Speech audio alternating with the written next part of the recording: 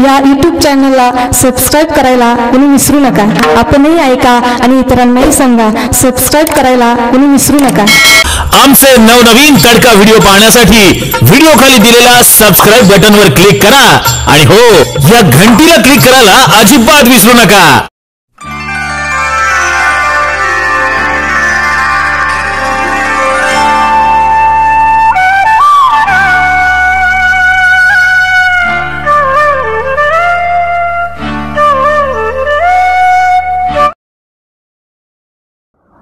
हरे राम राम राम हरे हरे हरे कृष्ण कृष्ण कृष्ण हरे हरे हरे राम राम राम हरे हरे हरे कृष्ण कृष्ण कृष्ण हरे हरे पुंडलीक वरदा हरे विठ्ठल श्री ज्ञानदेव तुकाराम पंढरीनाथ भगवान की जय। माऊली ज्ञानेश्वर महाराज की जय। जगद्गुरु संत तुकाराम महाराज की जय। शांति ब्रह्म श्री एकनाथ महाराज की जय। सद्गुरु सच्चिदानंद श्रीपाद बाबा की जय। सद्गुरु सच्चिदानंद रामदास बाबा की जय। सद्गुरु सच्चिदानंद नारायण बाबा की जय। सद्गुरु सच्चिदानंद रोहिदास बाबा की जय। अवधूत चिंतनम श्री गुरुदेव दत्त गोपाल कृष्ण भगवान की जय। सब संतन की जय। छत्रपति शिवाजी महाराज की जय। क्षेत्र आणि क्षेत्रज्ञाते जाणणे जे निवृत्ते ज्ञान ऐसे तया ते मानू आम्ही। कोरोना व्हायरसच्या पार्श्वभूमीवरती त्या ठिकाणी सर्वत्र हा लाईव्ह सत्संग फेसबुकच्या माध्यमामधून चालू आहे। हरिभक्त परायण या ठिकाणी आमची आनंद संप्रदाय साधक मंडळी मुंबई यांच्या माध्यमामधून फेसबुक लाईव्ह हा प्रवचन सेवा या काळामध्ये कोरोनाच्या महामारीच्या काळामध्ये या ठिकाणी चालू आहे आणि त्या संबंधानं आपणा सर्व संत सज्जन जे कोणी लाईव्ह फेसबुकवरती सेवा पाहत असतील आपणा सर्व संत सज्जनांकरता घेतलेली ओवी ज्ञानेश्वरी अध्याय 13वा आणि त्या 13व्या अध्यायामधली 9 नंबरची ओवी आपल्या सज्जनांच्या सेवेकरता घेतलेली आहे। क्षेत्र आणि क्षेत्रज्ञाते जाणणे जे निवृत्ते ज्ञान ऐसे तया ते मानू आम्ही। या 13व्या अध्यायाचं नावच क्षेत्र क्षेत्रज्ञ योग असं आहे। तरी पार्था परिसिजे देह हे क्षेत्र म्हणजे जो हे जाणे तो बोलीजे क्षेत्रज्ञ येते। या देहाला क्षेत्र ही संज्ञा दिलेली आहे आणि त्याच्यामध्ये जो जी सत्ता आहे परमात्म्याची त्या परमात्मा सत्तेला क्षेत्रज्ञ असं नाव माऊली ज्ञानोबा यांनी दिलेलं आहे। देह आणि आत्मा या दोन्हीच्या संबंधानं विवेक या ठिकाणी अध्यायाच्या माध्यमातून आपल्या सर्वांच्या समोर मांडलेला आहे। वस्तुस्थिती अशी आहे की परमार्थ जो करायचा हा परमार्थ कशा करता करायचा याचा जर विचार आपण त्या ठिकाणी जर केला तर क्षेत्र आणि क्षेत्रज्ञ या संबंधानं मुद्दा मांडत असताना माऊली ज्ञानोबा या अध्यायाच्या शेवटच्या श्लोकामध्ये ज्या काही 5-6 ओव्या आहेत हे आपण प्रथमतः या ठिकाणी पाहू म्हणजे या गोष्टीचं महत्व आपल्या लक्षामध्ये येईल आणि नंतर हा क्षेत्र क्षेत्रज्ञ योग या संबंधानं चिंतन आपल्या समोर आपण सर्व या ठिकाणी करणार आहोत।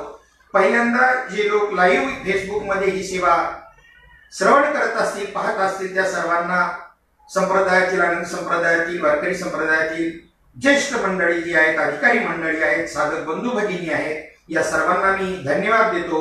विशेषतः आमच्या आनंद संप्रदाय साधक मंडळी मुंबई या ग्रुपला मी या ठिकाणी धन्यवाद देतो।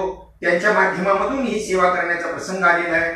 त्याच्यामध्ये आमचे हरिभक्त परायण अरविंद महाराज भोईर आहेत, राजेश्वरी भोईर आहेत त्यांचे भाचे, त्यानंतर आमचे गुरुवर्य प्रकाश महाराज दळवी, बजरंग महाराज, शरद महाराज म्हात्रे ही सगळ्या जुनी जाणकार मंडळी यांनी हा परमार्थ एवढा काही त्या ठिकाणी फुलवला या मुंबई परिसरामध्ये त्याच्यामध्ये आमचे बाबूदादा पाटील होते आयर्याचे आणि आगरी समाजामध्ये ज्या वेळेला हा सच्चिदानंद श्रीपाद बाबा, रामदास बाबा, नारायण बाबा, माने बाबांच्या माध्यमामधून हा परमार्थ ज्या वेळेला तिथे फुलला, अनुभवसिद्ध परमार्थ प्राप्त झाल्यानंतर यांच्यामध्ये झालेलं जे हे परिवर्तन आहे हे अक्षरशः वाल्याचा वाल्मिकी होणारं परिवर्तन आमच्या डोळ्यांनी आम्ही पाहिलं.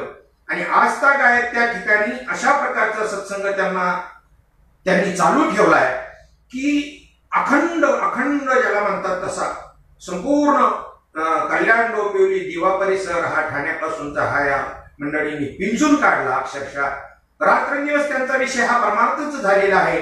नुसतं फक्त या फेसबुक लाईव्हच्या माध्यमामधूनच नाही, या सर्वांना मी या ठिकाणी धन्यवाद देतो. आणि क्षेत्र आणि क्षेत्रज्ञ योगामधला या शरीराला क्षेत्र म्हटले आणि शरीरामध्ये असणारं जे आत्मतत्व आहे त्याला कोणी जीवात्मा म्हणतं. आणि त्यावेळेला बाहेर जी शरीर आणि शरीराच्या बाहेर जी सत्ता आहे त्याला आत्मा म्हटलं जातं.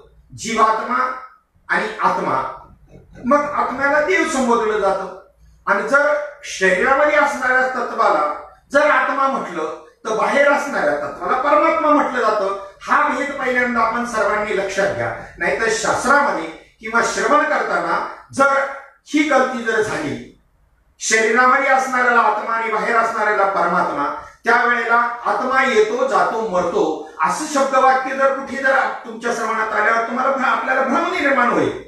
म्हणून पहिल्यांदा ही गोष्ट लक्षात घ्या की शरीरातल्याला ज्या वेळेला काही साधू संतांनी शरीरात असणाऱ्याला जीवात्मा म्हटले, त्यावेळेला बाहेर असणारं जे तत्व आहे ओतप्रोत भरून उरलेलं त्याला परमात्मा म्हटलंय, त्याला आत्मा म्हटलंय. शरीरातला जीवात्मा, बाहेरचा आत्मा. आणि म्हणून आत्म्याच्या संबंधानं प्रबोधन शास्त्रामधून वेदामधून त्या पद्धतीनं आलं. पण काही शास्त्रकारांनी मात्र शरीरामध्ये असणाऱ्या जीवात्म्याला आत्मा संबोधलं आणि बाहेर असणाऱ्या तत्वाला परमात्मा संबोधलं. आणि हा जर भेद आपल्या लक्षात आला नाही तर आपल्या बुद्धीचा भ्रम निघायच्या ऐवजी भ्रम निर्माण झाल्याशिवाय राहणार नाही.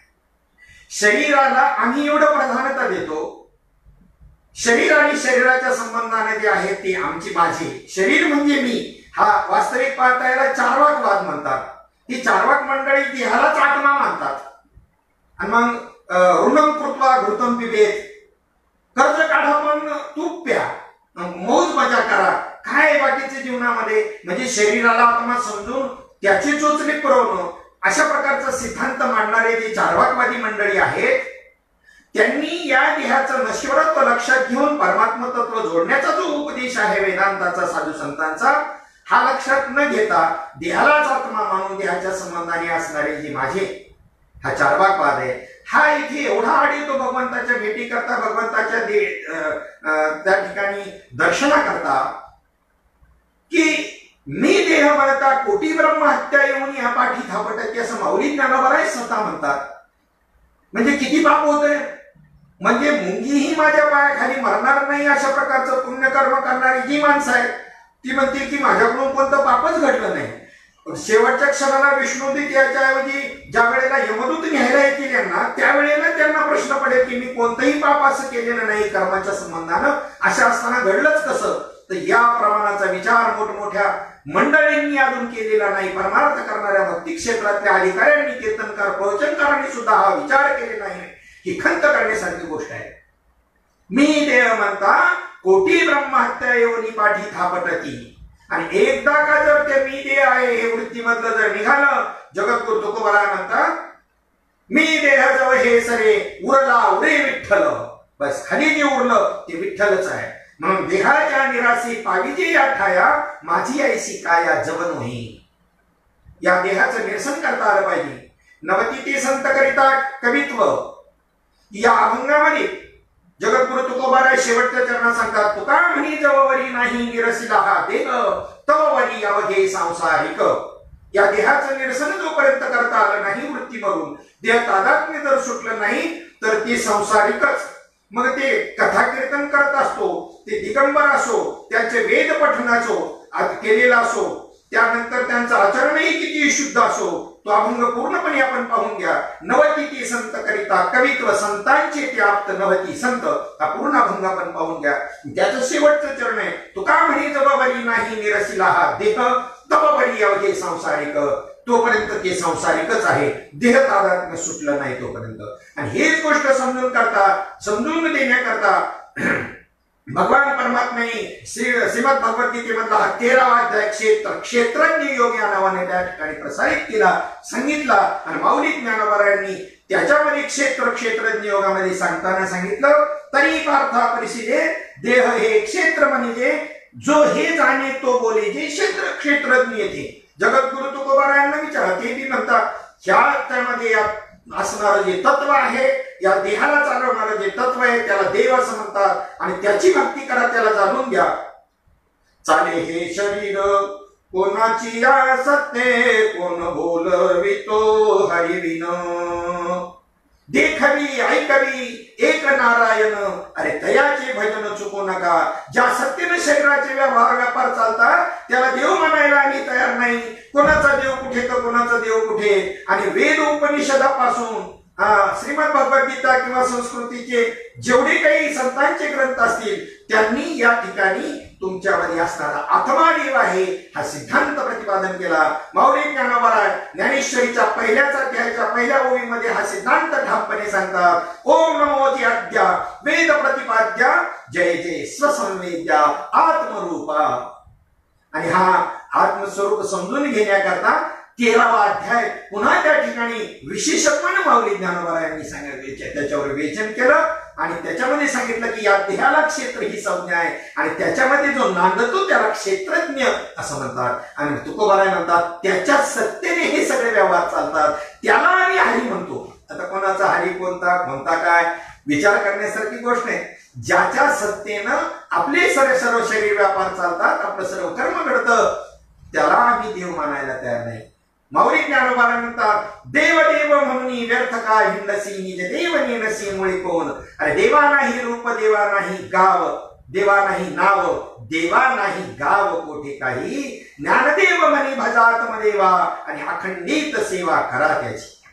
आणि हा आत्मा समजून सांगण्याकरता एवढी मोठी शास्त्र झाली. ज्ञानेश्वरीतली पहिलीच ओवी जरी आपल्याला समजली तरी अख्खी ज्ञानेश्वरी समजेल. आणि ही ओवी जर नाही समजली तर अख्खी ज्ञानेश्वरी जरी वाचली तरी काहीच समजलं नाही असा त्याचा अर्थ होईल. आत्मतत्व म्हणजे सामान्य गोष्ट नाही. आणि ह्याच्यामधलं अंतर आपल्याला कळलं पाहिजे. जसं आपण धान्य निवडतो, पहिल्यांदा त्या ठिकाणी निवड करायची. ज्या शरीराला आपण आपलं म्हटलं गेलेलं आहे, मी शरीर आहे, मी देह असं म्हटलं गेलेलं आहे, ते तर वृत्तीमधून काढून टाकायचंय. आणि मी ब्रह्मास्मी, मी ब्रह्मरूप आहे अशा प्रकारचा बोध सद्गुरूकडून ज्या वेळेला प्राप्त होतो त्याचं चिंतन होतं. आणि त्याच्या योगाने वृत्तीमध्ये ज्या वेळेला ते तत्व दृढवल्यानंतर आणि तो बोध दृढवल्यानंतर त्याचे अष्टसात्विक भाव निर्माण होतात. प्रेमावस्था त्या साधकाला त्या ठिकाणी होते. भक्ती तत्व त्याच्या वृत्तीमध्ये उतरतं आणि भगवंताशी असणारं त्याचं अनादी ऐक्य जे आहे ते या लक्षणातून प्रगटतं. आणि अष्टसात्विक भाव निर्माण झाल्याशिवाय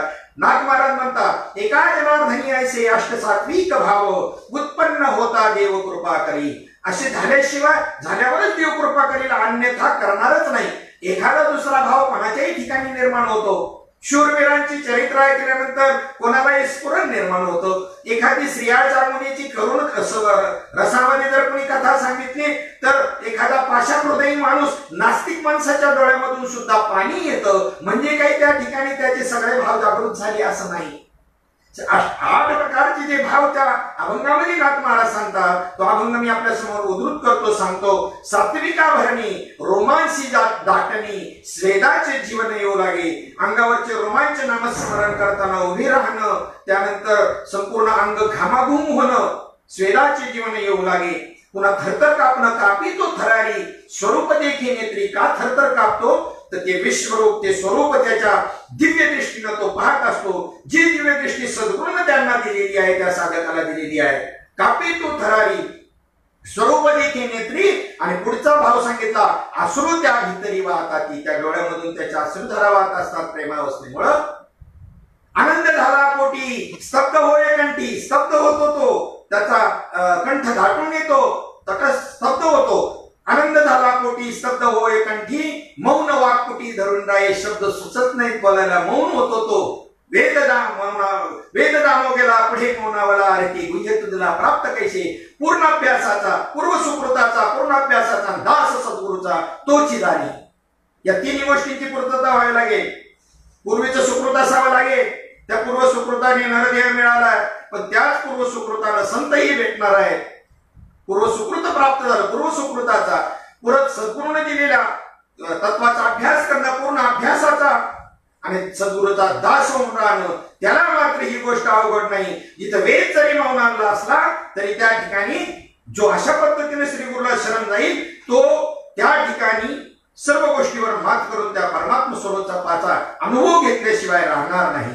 आणि पुढे म्हणतात नाथ महाराज, टाकी श्वासोश्वास ऊर्ध्व भाव देखा, असं उमासा येऊन मोठमोठ्याने जोरजोरात तो श्वासोश्वास टाकू लागतो आणि जिरवून एका स्वरूप होय. ती जिरवल्यानंतर ती स्थिती आणि मग तो स्वस्वरूपाला प्राप्त होतो, परब्रह्म स्वरूपाला प्राप्त होतो. एका जनार्दनी ऐशी अष्टसात्विक भाव उत्पन्न होता देव कृपा करी. एखाद दुसरा भाव चोराचा बी असतो, एखाद दुसरा भाव नाही सांगितला, 8 प्रकारचे भाव जागृत झाले पाहिजे. एखाद दुसरा भाव म्हणतो ना चोराचा बी असतो. चोर सुद्धा देवाला विनंती करत असतो, प्रार्थना करत असतो चोरीला जाताना, देवा आज चांगलं मोठं घबाड मिळू दे, त्याचं पाया पडून त्याच्याकडे मागणी मागतो. त्याच्या डोळ्यातही एखाद्या वेळेला असू येतील चांगल्या प्रकारचं मिळावा करता, पण लोभ आहे अंतकरणामध्ये, त्याचा शुद्ध भाव नाही. शुद्ध ज्याचा भाव झाला दुरी नाही देव त्याला, किंवा चित्त शुद्ध तरी शत्रुमित्र होती, व्याघ्रहीन खाती सर्पदया. अशा प्रकारचं जे भगवंताविषयीचं जे प्रेम आहे ते भगवंताच्या नामानं हृदयामध्ये निर्माण होतं आणि ते आपल्यामध्ये त्यानंतर विवेक तत्व तयार होतं आणि त्या विवेकाच्या योगाने निवाडा होऊ लागतो. देह आणि देहाच्या संबंधानं आणि आत्मा हे दोन्ही गोष्टी वेगवेगळ्या आहेत. ह्या दोन्हींमधलं जे अंतर आहे, दोन्हींमधला जो फरक आहे, उदाहरणार्थ शेंगदाण्याचं जे काही शेंग आहे, भुईमुगाची जी शेंग आहे ती आणि त्याच्यातले दाणे 2 स्वतंत्र गोष्टी आहेत. तसा आत्मा, देह आणि आत्मा ह्या 2 स्वतंत्र गोष्टी आहेत. माऊली ज्ञानोबा आहे या 13व्या अध्यायातल्या शेवटच्या श्लोकामध्ये सांगतात, शब्द तत्वज्ञ सारज्ञ पै देखणे तेची प्रज्ञा, जे क्षेत्र क्षेत्रज्ञ अपाडू देखे. हे सारज्ञ, रसज्ञ असणारा, सारज्ञ असणारी बुद्धी ज्याची असेल, म्हणजे सार निवडून काढण्याची, सार काय असार काय, नित्य काय अनित्य काय, असं विवेकयुक्त बुद्धी, फक्त विवेकानेच बुद्धी तयार होती. अशा प्रकारचं शब्द तत्व फोड करणारा असा जर त्या ठिकाणी कोण असेल, ती पाहणं अशी वृत्ती ज्याची झाली तोच खरा. त्याच्या ठिकाणी प्रज्ञा जागृत झाली, प्रज्ञाशक्ती जागृत झाली आणि त्याला त्या ठिकाणी या क्षेत्र आणि क्षेत्रज्ञाचा निवाड. आपण तांदूळामधले खडे निवडतो आणि मग तांदळाचा भात घालतो, तसा असा निवाडा करता आला पाहिजे. भुईमुगाची शेंग आणि भुईमुगाचे दाणे वेगवेगळे आहेत, वरचं टरकल आणि आतले दाणे वेगळे आहेत. साळ आणि साळीमध्ये हे 2 स्वतंत्र गोष्टी आहेत. तसा देह आणि देहात असणारा आत्मा या 2 स्वतंत्र गोष्टी आहेत. याचा निवाडा व्हायला पाहिजे. याला क्षेत्रज्ञ योग असं म्हणतात. या दोहींचे अंतर, या दोहींमधला फरक समजण्याकरता देखावया चतुर ज्ञानियांचे द्वार आराधिती. जे चतुर आहे, जे ज्ञानी, त्या ठिकाणी ते ज्ञानी पुरुषांचं दार त्या ठिकाणी आराधना करतात. त्याच्या दारात, त्याच्या घरी हेलपाटे घालतात, त्याचा उंबरठा झिजवतात. ते ज्ञान पैगा परवे जरी मन्याती आणावे, तरी संताया भजावे सर्वस्वेशी. ते तर सेवा हा दारवंटा म्हटलेले, तो ओळखो निसुबटा वश करी. तो प्राप्त करून घे अर्जुना, तुला त्या दारवंटा झिजवावा लागेल ज्ञानाचा. आणि म्हणून ह्या दोन्हीमधलं अंतर समजून घेण्याकरता क्षेत्र आणि क्षेत्रज्ञामधलं ज्ञानियांची द्वार आराधिती. कशा करता ज्ञानांना शरण जायचंय, संतांना शरण जायचंय. आम्ही एवढं सोडूनच आमचं बाकीचं सगळं चाललंय, त्याला आम्ही भक्ती परमार्थ असं म्हणतो. कसा उद्धार व्हायचा, कसा वेळ, कसं काही जन्म मरून चुकायचं, विचार करण्यासारखी गोष्ट आहे. गुणीजन भरपूर आहे. सच्चिदानंद श्रीपाद बाबा आमचे सद्गुरू सांगायचे, जगामध्ये गुणवंत भरपूर आहे, गुणीजन भरपूर आहे, ज्ञानी कोणीच नाही. ज्ञानी कोणाला म्हणतात? देह आणि आत्म्यातला अंतर जाणणारा जो आहे तो देह नाशिवंत आहे आणि आत्मा अविनाशी आहे आणि तो आत्मा मी आहे असा अपरोक्ष अनुभव ज्याला प्राप्त होतो त्याला ज्ञानी असं म्हणतात आणि त्याला ज्ञान असं म्हणतात. इथे मी सांगितलं, माऊली म्हणतात क्षेत्र आणि क्षेत्रज्ञाते जाणण्याचे निरुते ज्ञान आहेसे तयाते आम्ही म्हणू, आम्ही त्याला ज्ञान म्हणतो. याच्या व्यतिरिक्त जे काही असेल ते सगळं अज्ञान आहे. याच्या व्यतिरिक्त जे आहे ते सगळं अज्ञान आहे. आणि या दोन्हींमधलं अंतर समजून घेण्याकरता या दोहीचे अंतर देखावा या चतुर ज्ञानियांची आराधिती याची लागी सुमती. आपली उत्तम प्रकारची बुद्धी सुमती याच ठिकाणी याची आराधना करण्याकरता लावायची आहे. माऊली ज्ञानोबा हरिपाठात म्हणतात, बुद्धीचे वैभव अन्य नाही तुझे, अरे एका केशवराजे सकळ सिद्धी. किती बुद्धिमान जरी असले, भगवंताची भक्ती त्याच्या जीवनामध्ये नसेल, त्याला बुद्धी अर्पण केलेली नसेल, तर ती कुमतीच आहे. हरिवीर जन्म नरकाची पैजाना नियमाचा पाहुणा प्राणी होय, किंवा हरी बुद्धी जपे ते नर दुर्लभ. कोणते नर दुर्लभ आहे? जे ज्यांची बुद्धी हरी जप करते, हरीला आठवते. जर हरी बुद्धी जपे ते नर दुर्लभ, अरे वाचीशी सुलभ रामकृष्ण. म्हणून या ठिकाणी अशा प्रकारची याची लागी सुमती, आपली मती शुद्ध करून ती चांगली असणारी बुद्धी आणि ह्याच्याच विचाराकडे लावली जाते. बुद्धी निश्चय आत्मज्ञान ब्रह्मरूप भावी आपण ब्रह्मनिष्ठा राखे परिपूर्ण तत्परायण हरनिसी. म्हणून याची लागी सुमती जोडीती शांती संपत्ती. जे कोणी शांती प्राप्त करून घेण्याचा प्रयत्न करतात ती सुद्धा कशा करतात ती शांती? केवळ याच्या करता, हेच क्षेत्र आणि क्षेत्रज्ञाचा निवाड करण्याकरता, त्याच्यातला भेद करण्याकरता. ते ज्ञान हृदयी प्रतिष्ठे, मग शांतीचा अंकुर फुटे, मग विस्तार बहुप्रगटे आत्मबोधाचा.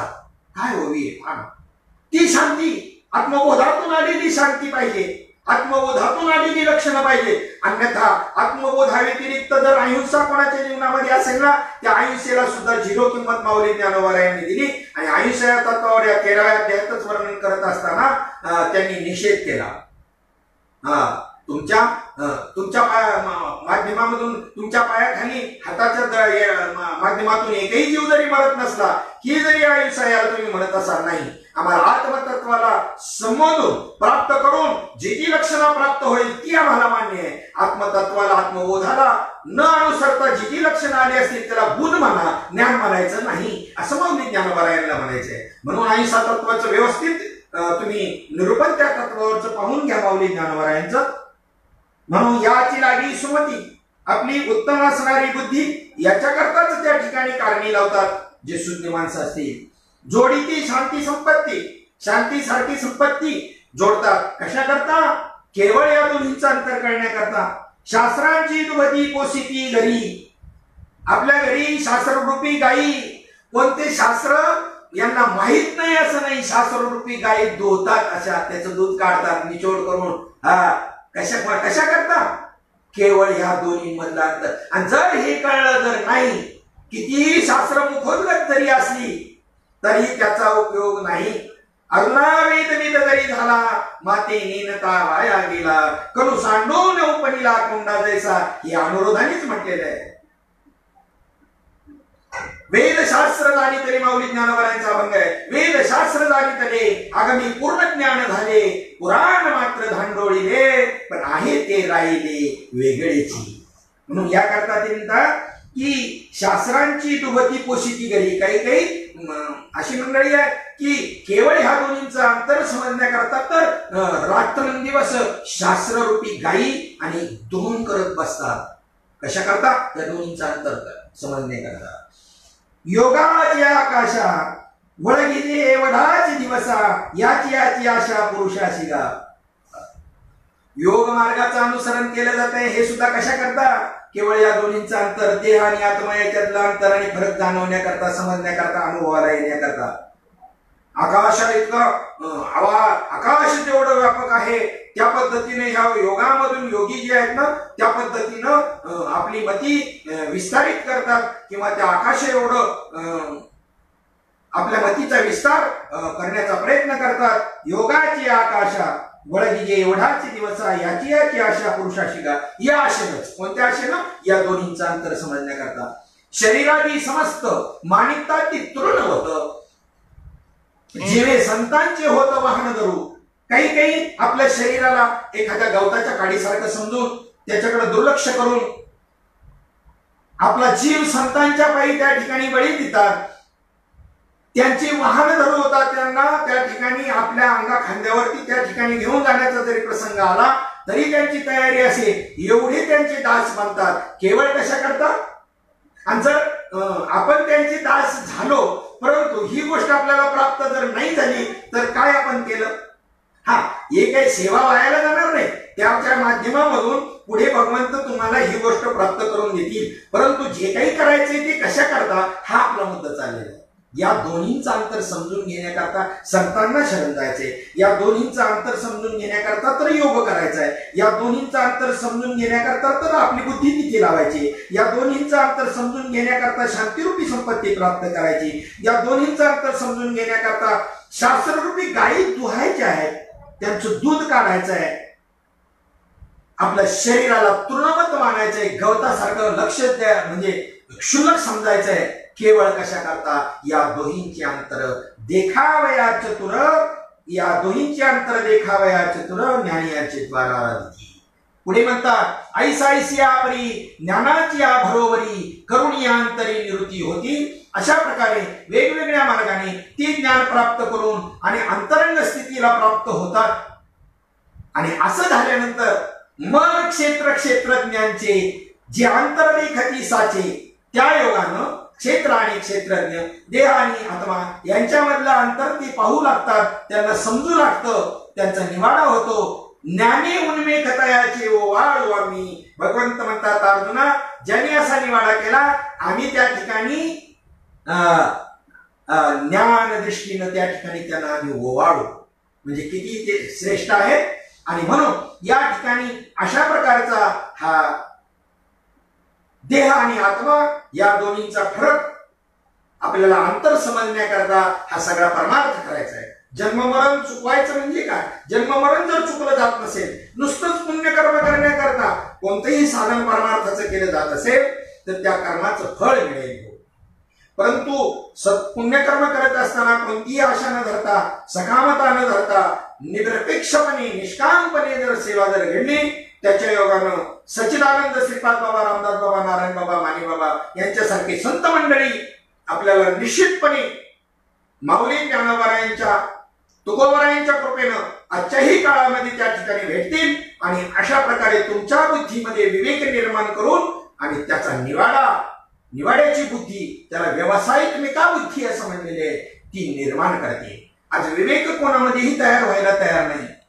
एक पहिली गोष्ट आहे, अनुग्रहाच्या माध्यमामधून आपल्या ठिकाणी भाव निर्माण होतो आणि प्रबोध त्या ठिकाणी संत मंत आपल्याला देतात, त्या योगाने आपल्यामध्ये विवेक तयार होतो. आपणही लक्षात घ्या की प्रबोध आपल्याला दिला, परंतु आपल्यामध्ये अशा पद्धतीनं प्रबोध मिळाल्यानंतर विवेकाची बुद्धी निर्माण होऊन हे अंतर जर आपल्याला समजलं नाही, देहाशी असणारं तादात्म्य आपलं जर त्या ठिकाणी संपलं नाही, किती देह तादात्म्य सुटायला पाहिजे. कर्म करत असताना देहाशी तादात्म्यच नको, वृत्ती त्या ठिकाणी लीन असली पाहिजे परब्रह्म स्थितीशी. सच्चिदानंद रामदास बाबा नेहमी गवळण सांगायची, कशी वृत्ती तिथे लागली पाहिजे.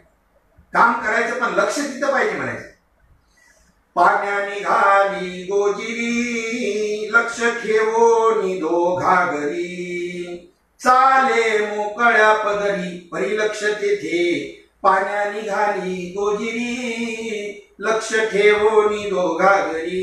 दुडीवर दुडी घेऊन ही पाण्याला निघालेली गवळण समोरून मैत्रीण येते, त्या दुडीवरच्या एकाही भांड्याला तिनं हात लावलेला नाही.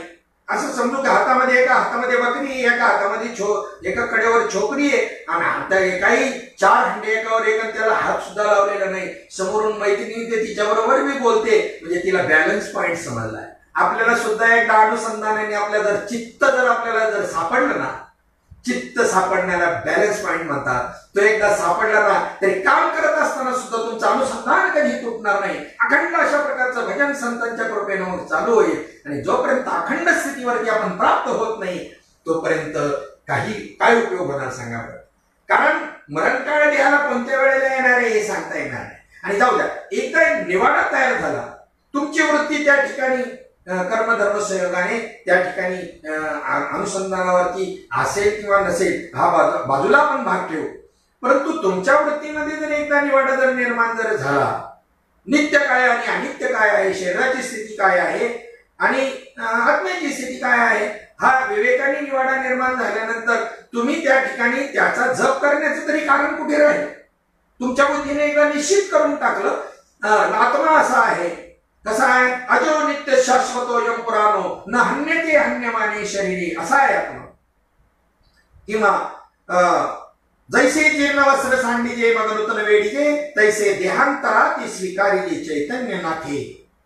आत्मा समजून सांगताना किती छोटे आणि सोपे दृष्टांत सच्चिदानंद श्रीपाद बाबा सांगायचे. ते आपल्याला म्हणायचे, भाऊ ज्वारी आहे ना, ज्वारी ही ज्वारी जिवंत का मेलेली? आम्ही म्हणायचे मेलेली. काही विवेक नव्हता ना तोपर्यंत, काही बोध नव्हता, विवेक नाही, म्हणून आम्ही म्हणायचं मेलेली. कारण ज्याच्या हालचाल होती त्याला जिवंत समजतो आम्ही, ज्याची हालचाल नाही होत त्याला आम्ही मृत समजतो. अरे दगडामध्ये सुद्धा परमात्माची सत्ता आहे, दगड सुद्धा जिवंत आहे. झाडं झुडपं सुद्धा ह्या उद्भिज खाणीमध्ये मोडतात. अंडज, जारज, स्वेदज आणि उद्भिज 4 प्रकारच्या खाणी आणि 84 लक्ष जीवयोनी. अंडज म्हणजे अंड्यापासून, जारज म्हणजे झाडापासून, स्वेदज म्हणजे घामापासून, ओवा लिखा वगैरे जे आहे ढेकणं, हे सगळं स्वेदज आहे. आणि उद्भिज म्हणजे दगड आणि त्या ठिकाणी वनस्पती, ही 4थी खाण आहे. मग हे जगदीश चंद्र बोसला कळलं आणि त्यांनी त्याचं संशोधन केलं. लाजाळूच्या झाडाला तुम्ही हात लावा तर संवेदना काढतात त्याला, ते मिळतं पानं आणि पुन्हा सारखं होतं. अशा प्रकारे त्यांना सुद्धा भावना आहे. फक्त एक आहे, दगडामध्ये काय आहे की 99% हा रजो त्या ठिकाणी तमोगुण आहे, म्हणून त्याच्यामधून ती सत्ता प्रकाशित होत नाही. सत्ता आहे त्या ठिकाणी.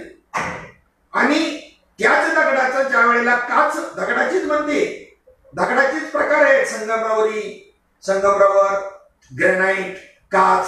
आज मोठमोठ्या बिल्डिंग काचीच्या आपण पाहतो, ही दगड आहेत. दगड ह्याच्यामध्ये शुद्ध सत्वगुण आहे. सत्वगुण, पूर्ण सत्वगुण घासून घासून घासून सत्वगुणी त्याला बनवलं. काच हा प्रकार वेगळा नाही, दगडाचीच एक जात आहे. आणि अशा प्रकारे तुमच्यामध्ये तो तमोगुण त्याच्यामध्ये जास्त आहे आणि त्यामुळे प्रकाशन नाही तत्वाचं, त्याच्यामध्ये जाणीव नाही. पण जर सत्वगुण त्या ठिकाणी निर्माण झाला तर मग ही ती म्हणायची ज्वारी जी आहे ही जिवंत का मेलेली? तर भाऊ तुम्ही जरी मेलेली म्हणत असाल तरी जिवंत आहे बरं. कारण तुम्ही ती पेरल्यानंतर त्याला त्या ठिकाणी दाणे येतात, कोंब येतो, अंकुर येतो, कणीस येतं, पुढे ताट येऊन कणीस येतं, याचाच अर्थ जिवंत आहे. आता ती तापलेल्या तव्यावरती ती ज्वारी टाका आणि त्या ठिकाणी थोडीशी भाजून काढा आणि बाजूला काढून आता पेरा बरं. अरे म्हणजे तुम्हीच काय पण ब्रह्मदेवाचा बाप जरी पेरायला आला तरी उगवणार नाही. कारण उगवणारं जे तत्व होतं ना वरती साले त्याच्यावरच्या रूपानं त्या ठिकाणी, आणि ते तत्व तुम्ही नष्ट केलं. आत्मा कुठेही जात नाही, येत नाही, मरत नाही, काय नाही. उगण्याची प्रक्रिया जी लिंग देह सूक्ष्म देहाची ती बंद करायची इथे, आणि ती तिथे बंद झाली. आत्मतत्व कुठेही जात येत नाही, जात येत शरीर. आणि या दोन्हींचा अंतर समजण्याकरता क्षेत्रज्ञ योग हा 13वा अध्याय त्या ठिकाणी निर्माण केला. विशेषत्वाने जर तुम्ही 2रा अध्याय वाचला, 2ऱ्या अध्यायामध्ये अशोचानन व शोचस्त्वम हा जो 11वा श्लोक आहे 2ऱ्या अध्यायातला, तिथून तर 30 नंबरच्या श्लोकापर्यंत जे 20 श्लोक आहेत हे तुम्हाला आत्मा आणि देह या दोन्हींची स्थिती आणि सांगते. त्याच्यामध्येच हे सगळे श्लोक आलेले आहेत. आत्म्याचं स्वरूप सांगताना गीता श्रीमद भगवद्गीतेमधून भगवान श्रीकृष्ण परमात्मा सांगतात, नैनम छिन्नन्ति शस्त्राणि नैनम दहति पावकः न चैनम क्लेद्यान् त्यापो न शोषयति मारुता. असं ते तत्व आत्मतत्व आहे, ते मी आहे, त्याचा पूर्ण निश्चय होता. आणि अर्जुना तेच तू आहेस हा उपदेश अर्जुनालाच का, अर्जुनाच्या निमित्तानं तुम्हाला आपल्याला करण्याकरता. आणि हा संप्रदाय लागतो. मात्र त्याला संप्रदाय नसेल तर जमणार नाही. संप्रदाय म्हणजे बोलायचा विषय नाही, सांगोपांगीन वाढायला वाढणी नाही, त्याला मुख्य महाविष्णू पासून अन्यथा आदिनाथ उमा यांच्यापासून असा रिक्सर संप्रदाय यावा लागतो. जगद्गुरु तुकोबारायांचा कोणता संप्रदाय? मला एक जण म्हणला वारकरी संप्रदाय. म्हणलं हे नंतर आहे वारकरी संप्रदाय. वारकरी संप्रदाय नाही, वारकरी पंथ आहे. संप्रदाय अनादिकालापासून असतो, त्याला आधीच नाही कोणत्या प्रकारे. तर त्या ठिकाणी त्यांचा चैतन्य संप्रदाय गणोबारायांनी सांगितला तरी आम्हाला मिळ बसेना. मुख्य महाविष्णू चैतन्याचे मूळ चैतन्य संप्रदाय.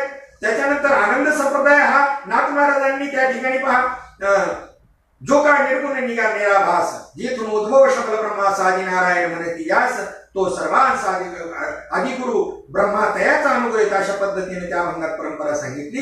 आणि गुरुदेव दत्तात्रयापर्यंत आल्यानंतर तिथे जनार्दन येदू अशी ती परंपरा आहे. त्याच्यातलं जनार्दन स्वामीकडून मला ही परंपरा प्राप्त झाली. हा आनंद संप्रदाय, एकनाथ संत एकनाथ महाराजांचा हा आनंद संप्रदाय. पुढे त्यांच्या मुलीची मुलगी आणि त्यांनी सुद्धा मुक्तेश्वर त्यांनी हा आनंद संप्रदाय आणि त्या ठिकाणी आम्हाला प्राप्त झाला. नाथ महाराजांचा आनंद संप्रदाय हा उल्लेख केलेला आहे त्यांच्या ग्रंथ संपदेमध्ये, तुम्ही पाहून घ्या. आणि तिथून दत्तात्रय स्वामीकडून दत्तात्रय महाराजांकडून तो त्या ठिकाणी जनार्दनाकडून त्यांना तो प्राप्त झाला. आणि इकडे आनंद संप्रदाय आम्हाला जो प्राप्त झाला, आपल्याला जो आनंद संप्रदाय साधक मंडळींना जो प्राप्त झाला, तिथून नारायण महाराज जालवणकर, लक्ष्मण महाराज, बलबीन महाराज, सखयानंद, शांतामाई, बंडो बाबा, केरो बाबा, श्रीपाद बाबा, रामदास बाबा, नारायण बाबा, माणी बाबा आणि मग तुम्ही आपण सर्व तिथून म्हणजे दत्तात्रयापासून तिथे ती शाखा तयार झाली. इकडे आपल्याकडे अशी आली.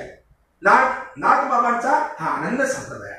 त्याच्यानंतर इकडे माऊली ज्ञानोबारायांना विचारा. माऊली ज्ञानोबारायांनी आपली परंपरा सांगितली. आम्ही फक्त हरिपाठाच्या नंतर गुरु परंपरेच्या म्हणायचे म्हणजे नियम आहे, काय ते म्हणावं लागतं म्हणून म्हणतो, पण त्याचा विचार करायला तयार नाही. त्यांची ही परंपरा आजही चालू आहे. माऊली ज्ञानोबारायांची परंपरा आजताक आहे, चालू आहे, संपलेली नाही. काही मंडळी म्हणतात त्यांनी आता उघड सांगितलं, उघडणी सांगितलं, उघड साधन बी सांगितलंय आणि एक गुह्य साधन बी सांगितलंय. उघड साधन कोणतं सांगितलेलं आहे? रामकृष्ण जपसोपा तेनी हरती जन्म खेपा, संसार तुटेल महापापा, धन्य भक्त तो धरातळे. हा माऊलींचाच अभंग आहे. हे उघड साधन सांगितलं, एवढ्यावरच आम्ही म्हणतो काय नाही, आता गुह्य साधन नाही. मग हे प्रमाण हरिपाठातलं ज्ञानगुण गम्य ज्ञानदेवाला धने निवृत्तीने दिले माझ्या हाती, याचा विचार कोणी सांगायचा? हा, एक साधन प्रगट आणि एक साधन गुह्य आहे. आजही स्वामी स्वरूपानंदांच्या त्या ठिकाणी जर तुम्ही वाङ्मय वाचलं तर त्याच्यामध्ये त्यांनी पुढे माऊली ज्ञानोबारायांची परंपरा हस्तागायत पुढे कशी चालू आहे हे आजही त्याच्यामध्ये त्यांनी सांगितले. माऊली ज्ञानोबारायांचा हा प्रकाश संप्रदाय आहे. त्यानंतर सनकादिकांचा किंवा संत रामदास स्वामींचा हा जो स्वरूप संप्रदाय आहे. असे 4 प्रकारचे संप्रदाय आणि ह्याचं ऐक्य माऊली ज्ञानोबारायांनी 750 वर्षापूर्वी केलं आणि मेळविली मांदी वैष्णवाची त्याचं नाव आणि भागवत संप्रदाय अर्थात वारकरी संप्रदाय ठेवला. अजून आम्हाला कळेना आम्ही ज्या संप्रदायामध्ये आहोत तो संप्रदाय कसा बनलेला आहे. श्रीमती इंदिरा गांधींनी बँकांचं राष्ट्रीयकरण केलं, माऊली ज्ञानोबारायांनी या सर्व संप्रदायांचं ऐक्य करून पुढे सांगितलं की तुमच्या संप्रदायामधून बोधाची परंपरा चालू ठेवा, परंतु आपण सगळे एक आहोत असा अंतकरणामध्ये आणि बुद्धीमध्ये अन्वय करून घ्या आणि सर्व आपण वेगवेगळे नाही असा बोध त्या ठिकाणी सांगितला. आज जर हे 40 संप्रदाय वारकरी संप्रदायामधून आम्ही जर मायनस केले, वजा जर केले तर खाली काय राहील? दत्तोरा. काय राहील खाली? विचार करण्यासारखी गोष्ट आहे. कुठून आला म्हणजे आनंद संप्रदाय. ज्या संपूर्ण महाराष्ट्र श्रीधर कवींचे ग्रंथ वाचतो, आता बेडकासारखे डराव चालू होईल एकदा श्रावण चालू झाल्यावर, आणि ती वाचणारे सांगणारे, ती वाचणारे बरे, ऐकणारे बरे, पण त्याचं मार्गदर्शन करणारे म्हणतात कुठून आला आनंद संप्रदाय. आणि त्यांनी आनंद संप्रदाय वंशोद्भव अशी आपली परंपरा सांगितलेली आहे. श्रीधर स्वामी इतके विद्वान कोण? श्रीमद भागवत, आजही अनेक विद्वान श्रीमद भागवतावरती त्या ठिकाणी बोलणारे आहेत. भागवतकार भागवताचार्य आहेत, परंतु एक वेगळ्या प्रकारचं चिंतन, वेगळ्या प्रकारचा दृष्टिकोन त्या ठिकाणी त्या श्लोकांकडे पाहण्याच्या श्रीमद भागवतातल्या हा श्रीधर कवींनी दिलेला आहे. जसं नाथ महाराजांनी रावण पहिलं समजून घ्या म्हणलं, तेव्हा राम समजून तुम्हाला. आणि म्हणून भावार्थ रामायण म्हणे रावण आणि मंदोदरीच्या संवादामध्ये एवढं सुंदर विवेचन त्या ठिकाणी सांगितलं की रावणाला त्या ठिकाणी मंदोदरी म्हणते, स्वामी अहो सामान्य मानव नाही, नर नाही येतो, भगवंताचा अवतार आहे, असं असताना तुम्ही त्याच्याशी वैर करता, तुम्ही का त्याला शरण जात नाही? तेव्हा रावण म्हणतो, अगं मंदोदरी मला एवढं कळत नाही का? एवढं कळत नाही का? माझा गुरु कोण आहे? माझा गुरु नारद आहे. नारद गुरु होते रावणाचे. माझा गुरु नारद आहे. मी त्यांना विचारलं होतं लवकरात लवकर परमात्मा कसा प्राप्त होईल, त्यांनी सांगितलं विरोधी भक्ती करा, म्हणून मी ही विरोधी भक्ती करतोय. रावणाचा अजून आम्हाला समजला नाही रामायणाचार्यांना, तर राम कधी कळायचा? मग मंदोदरी पुढे म्हणते, असं जर आहे तुम्हाला कळलं तर मग एवढं रामायण वाढवायचं काय कारण आहे? एवढा उद्योग जर तुम्हाला कळलं होतं तर मग ज्या वेळेला संन्यासाचं रूप करून सीतामय्याला हरण करण्याकरता तुम्ही गेला मारीच मामांच्या माध्यमामधून, मग त्याच वेळेला थोडं जरा थांबले असते आणि प्रभू राम त्या ठिकाणी आले असते त्याला मारून, हरणाला, सुवर्णमृगाला, तर तुम्हालाही मुक्ती दिली असती ना, मोक्ष दिला असताना एका वाघाने. मंदोदरी तू वेळी कशी ग, तिथं मी माझा एकट्याच मोक्ष प्राप्त झाला असता, मला सगळ्या कुळाचा उद्धार करायचा होता. रामाच्या हातून ज्यांना ज्यांना त्या ठिकाणी मरण येणार आहे त्या प्रत्येकाला मुक्ती प्राप्त होणार आहे हे शल्य मला माहित होतं. हे वर्म हे माझ्या गुरुनी नारद मुनींनी मला सांगितलं होतं. मग रावण समजून घ्यायचा तेव्हा रामायण कळणार आहे. ह्या प्रयत्न एकनाथ महाराजांनी रावण मंदोदरी संवादामधून आपल्या समोर मांडला. तशा प्रकारचा दृष्टिकोन धारण करून इतरांनी आणि त्या ठिकाणी भागवताचार्यांनी जे सरळ सरळ अर्थ श्रीमद भागवताच्या श्लोकांचे केले तसे न करता त्याच्यामधला एक दुसऱ्या दृष्टिकोनातून त्या श्लोकाकडे पाहून अशा पद्धतीचा सुंदर अर्थ या श्रीधर स्वामींनी आपल्या समोर मांडलाय की थक्क होऊन जातो बुद्धिमान माणूस आणि याचा अध्ययन करणारा या श्रीमद भागवतामध्ये रंगलेला तो थक्क होऊन जातो. काय अर्थ वेगळ्या दृष्टी दिलेली. आणि म्हणून जर या ठिकाणी आपल्याला परमार्थ करायचा त्याच्यामधला मुख्य जर पॉईंट कोणता असेल तर हे देहतादात्म्य आपल्याला नडतंय. आणि हे देहतादात्म्य किती नष्ट झालं पाहिजे. कबीर महाराजांचा एकदा कुत्र्याने त्या ठिकाणी त्यांच्या पोटलीचा लोचका तोडला, मोठी जखम झाली आणि भडभड रक्त व्हावं लागलं, मांसाचा गोळा खाली पडलाय, परंतु भान नाही. अनुसंधान नामसंधानावरती नामचिंतनावरती दृढ असणारी कबीर महाराजांना भान नाही शरीराचं. किती अंतर समजलेले त्यांना देह आणि आत्म्यातलं पा तेवढं समजावं लागेल आपल्याला. आणि मग तसं झाल्यावर दुसऱ्याने सांगावं लागलं तेव्हा महाराज म्हणतात कुत्ता जानी चमडा जानी. आणि हे कबीर महाराज म्हणजे असे सुरवाणी लाल टोपी नाही आणि दाढी वाढलेली लांबलचक. अरे कबीर महाराज म्हणजे लक्षणे असे होऊन गेले, त्याबद्दल वाद नाही, सगुण रूपामध्ये होऊन गेले. पण त्यांच्या देहतादात्म्य सुटलं होतं तर तेवढ्या पद्धतीचं ज्याचं सुटलं असेल ते कबीर महाराज आहे. हे आमच्या टकोऱ्यात येईन अजून कोणी समजून सांगेल. त्यांच्याबद्दल श्रद्धा आहे सगळ्यांना त्या कबीर महाराजांबद्दल. पण तशा प्रकारचं लक्षण ज्यांच्या ठिकाणी दृढ झालं त्याला आम्ही कबीर महाराज मानायला तयार नाही. ही आमची समाजाची संप्रदायाची शोकांतिका नाही आहे. माऊली ज्ञानोबारायांना मानतो, तुकोबारायांना मानतो आम्ही वारकरी मंडळी, परंतु त्याच्यासारखी संपूर्ण लक्षणे ज्या तत्व ज्या महात्म्यामध्ये त्याला मानून त्यांना शरण जायला आम्ही तयार नाही. काही तर कधी येणार याच्याकरता माऊली ज्ञानोबाराय तुकोबारा अवतार घेऊन यांना बोध करतील का, विचार करण्यासारखी गोष्ट आहे. वस्तुस्थिती तशी कधीच होणार नाही. कारण ज्या वेळेला एक धरणेकरी त्या ठिकाणी माऊली ज्ञानोबारायांकडे आला त्यावेळेला माऊली ज्ञानोबारायांनी त्या धरणेकऱ्याला देहूला पाठवलं. तुकोबारायांच्या रूपाने मी आज विद्यमान आहे, त्यांच्या देहाच्या माध्यमामधून क्रियाशील आहे मी, त्यांना शरण जा. रामेश्वर भट्टांच्या अंगाची लाही त्यावेळेला झाली आणि अनेक उपाय केले, वैद्य केले, उपचार केले, पण काही त्या ठिकाणी क्षमेनं त्यावेळेला आताच्या काळामध्ये काही संत तसे म्हणजे राहिलेले नाहीत असा त्याचा भ्रम होता. जसा आता बऱ्याच बुद्धिमान लोकांचा विद्वान लोकांचा असा समज आहे की आता तसे संत राहिले नाही, त्याचाही तसा समज होता. पण माऊली ज्ञानोबारायांना संत समजत होता तो. आणि त्यांची संजीवन समाधी आळंदीला हे जाणून असल्यामुळे तिथे येऊन जिथं हैबत डाव्या हाताला आपण मंदिरातल्या महाद्वारातून प्रवेश केल्यावर डाव्या हाताला हैबत बाबांची समाधी, त्याच्यासमोर एकनाथ महाराजांचा जो पार आहे, माऊली ज्ञानोबारायांची ज्ञानेश्वरी प्रत ज्या वेळेला शुद्ध केली होती एकनाथ महाराजांनी, तेव्हा तिथे आल्यानंतर त्या ठिकाणी विश्रांतीला तिथे त्या पारावरती बसले होते. तो एकनाथ पार समोरचा आहे आणि तिथे आपल्या मस्तकावरती असं थंड पाणी पडेल अशी व्यवस्था करून रामेश्वर भट अनुष्ठानाला बसले आणि माऊली ज्ञानोबारायांनी त्याला आकाशवाणी रूपाने बोध केला. काय बोध केला माहिती का? आज मी इथे या ठिकाणी तत्वरूपाने आहे, संजीवन समाधीत आहे, वादच नाही, मी कुठे गेलेलो नाही, व्यापकपणाने मी सर्वत्र आहे, विशेषत्वाने इथे आजही जसाच्या तसाच आहे, परंतु मला क्रिया करण्याकरता देह धारण करावा लागतो.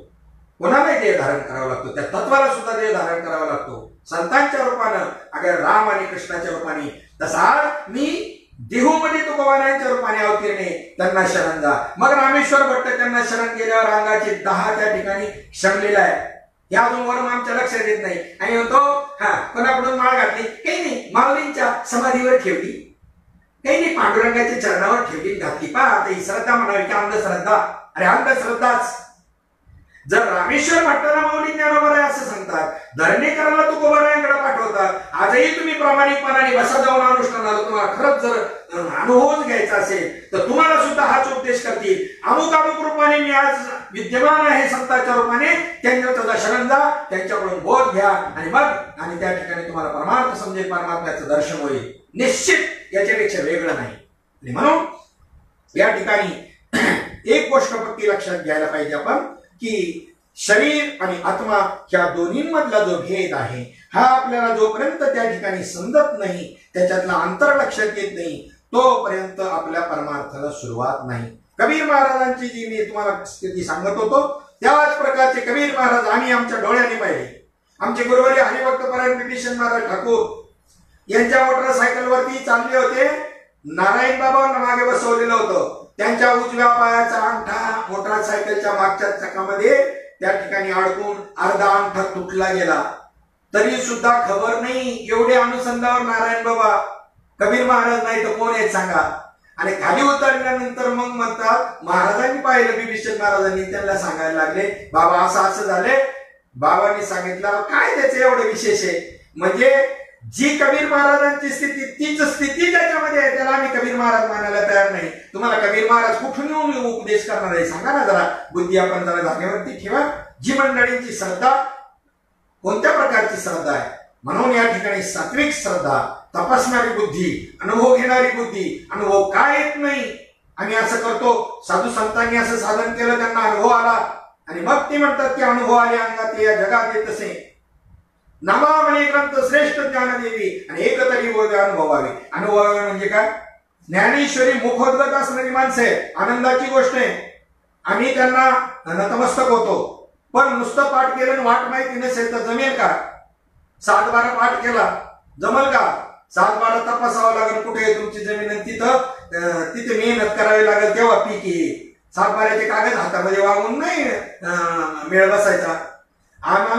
आम्ही मानतो आज सोपी गोष्ट नाही. 9,035 पाठ करणं, मुखोद्गत करणं सामान्य गोष्ट नाही. एक पुण्यकर्म आहे, चांगली गोष्ट आहे. परंतु ते पाठ करून त्याच्यातली वाट माहिती करून घ्या, मग पाठ करा, मग पहा बरा आनंद.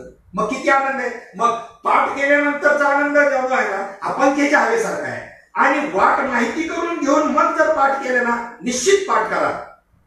मग जर पाठ केलं ना मग एअर कंडिशनच्या हवेसारखा आनंद आहे. पंख्यातल्या हवेत आणि एअर कंडिशनच्या हवेमध्ये जेवढा फरक आहे तेवढा तत्व जाणून परमार्थ करण्यामध्ये फरक आहे. न जातांची भक्ती चालली. ज्ञानपूर्वक भक्ती आणि ज्ञानोत्तर भक्ती असे 2 प्रकार आहेत. ज्ञानोत्तर भक्ती नंतर करायची. ज्ञानोत्तर म्हणजे ज्ञान प्राप्त झाल्यानंतर. विश्रांती पावलो सांभाळा उत्तरी, वाढले अंतरी प्रेम सुख. आमच्या अंतकरणात प्रेम सुख जे वाढले ना ते आता उत्तर भागामध्ये तुम्ही जतन करून ठेवा. म्हणजे योग होतो पण योगाचा क्षीण झाला पाहिजे ना, तर तू तेवढा सांभाळा. विश्रांती आम्हाला तर विश्रांती प्राप्त झाली पूर्वार्धामध्ये, पण उत्तरार्धामध्ये तुम्ही सांभाळा अशी विनंती करता संतांना तुकोबरा. विश्रांती पावलो सांभाळा उत्तरी, वाढले अंतरी प्रेम सुख. आणि हे प्रेम भगवंताबद्दलचं प्रेम साधू संतांकडून जो बोध प्राप्त होतो त्याच्या माध्यमामधून प्राप्त होतो. काकड आरतीच्या माध्यमामधून आम्ही प्रार्थना करण्यामध्ये आयुष्य चाललं आमचं. प्रार्थना करतो ती देवापर्यंत जाते की नाही, देवाला ऐकायला येते की नाही. तुकोबारा आहे असे नव्हते तुमच्यासारखे म्हणणारे काही निस्तच करत राहणारे. ते म्हणतात एक वेळेला असं प्रमाण आहे त्यांचं, आम्ही देतो हाकाकारे झाला तू मुका. आम्ही तुला एवढा हाका मारतो, तू ओ कसा देत नाही. आणि आमचं नुसतं हाका मारायचं काम चाललंय, पण देव का बोलत नाही हे तपासायचं काम कोणी करायचंय.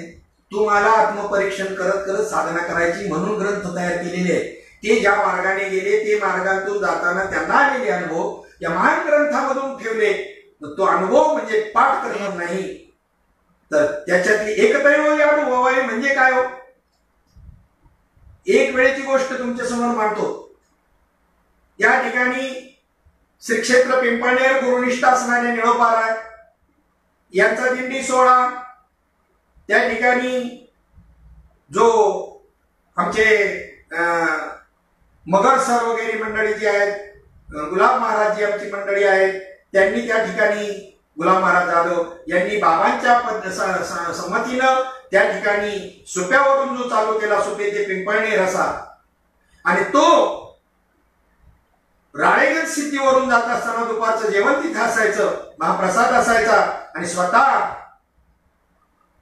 हरिभक्त परायण आहे ती स्वतः अण्णा हजारे जे आहेत नाही हरिभक्त परायण आहे, परमार्थ मार्गातले ज्यांचे सद्गुरू यादव बाबा सारखे, आणि त्यांनी त्या ठिकाणी तिथे दुपारचं जेवण त्यांच्या संस्थेमध्ये मिळायचं, त्या मंदिरामध्ये बाबांचं प्रवचन व्हायचं, स्वतः अण्णा हजारे साहेब त्या ठिकाणी प्रवचन श्रवण करायला असायचे.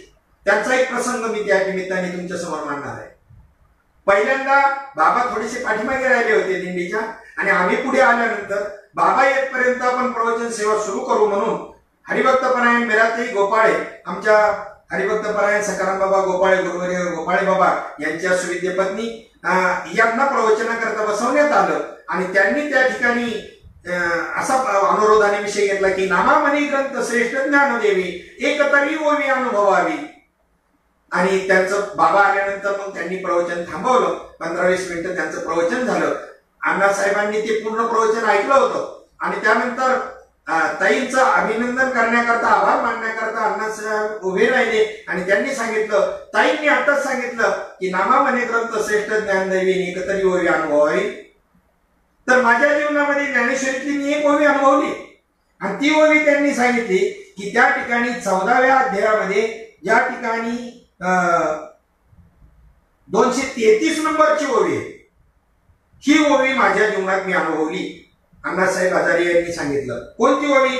नगरेची रचावी, म्हणजे नगरांची निर्मिती करावी, जलाशये निर्मावी, मोठमोठे जलाशय निर्माण करावेत पाणी पिण्याकरता, तळी निर्माण करावी, बारव निर्माण करावे, असे पाणी जलाशय निर्माण करावे, महावने लावावी नानाविणे, मोठमोठी वनं लावावी, झाडं लावावीत, वृक्ष लावा, झाडं जगवा, अशा पद्धतीची ही ओवी माझ्या जीवनामध्ये मी अनुभवली.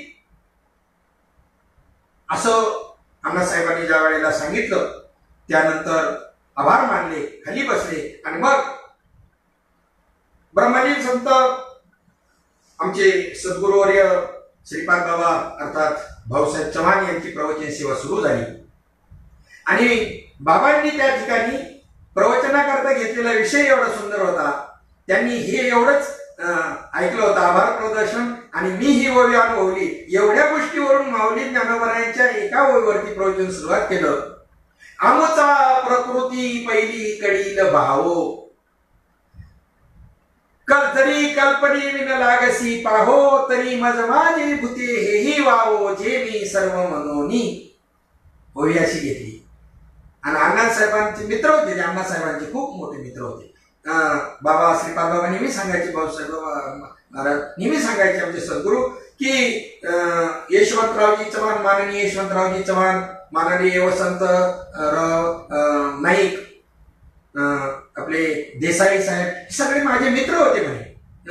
मला पान खायची सवय होती, तर आम्ही एकमेकाला मी त्यांना हे करून दिलेले, पानं बनवून दिलेले, एवढे मित्र होते. आज जर असते तर आपल्या धर्मशाळेला म्हणजे खूप मदत केली असती, असं स्वतः श्रीपाद बाबा मला सांगायचे. अण्णा हजारे साहेबांची बी त्या संबंधाने अशी जवळीक मैत्री होती, म्हणून तो महाप्रसादाचा दिंडीला कार्यक्रम त्यांच्या माध्यमातून त्या यादवबापा मंदिरामध्ये राळेगण सिद्धीला असायचा. मग बाबा सांगतात, आमचा प्रकृती पहिलीकडील भाव, आम्ही प्रकृतीत नाही अडकून राहिलो, प्रकृतीच्या पलीकडे आमच्या संतांनी आम्हाला जाण्याचं सांगितलेले आहे, आणि अशा प्रकारची ओवी आम्ही अनुभवली. आणि अण्णासाहेब तुम्हाला मी विनंती करतो, तुम्ही जे म्हणले की त्या ठिकाणी नगरीची त्या ठिकाणी रचावी, जलाशय निर्मावी, महावनी लावावी, नानाविधे, ही ओवी मी अनुभवली. तर तुम्ही त्या ठिकाणी जी ओवी सांगताय ती ओवी दृष्टांत आहे, सिद्धांत नाही.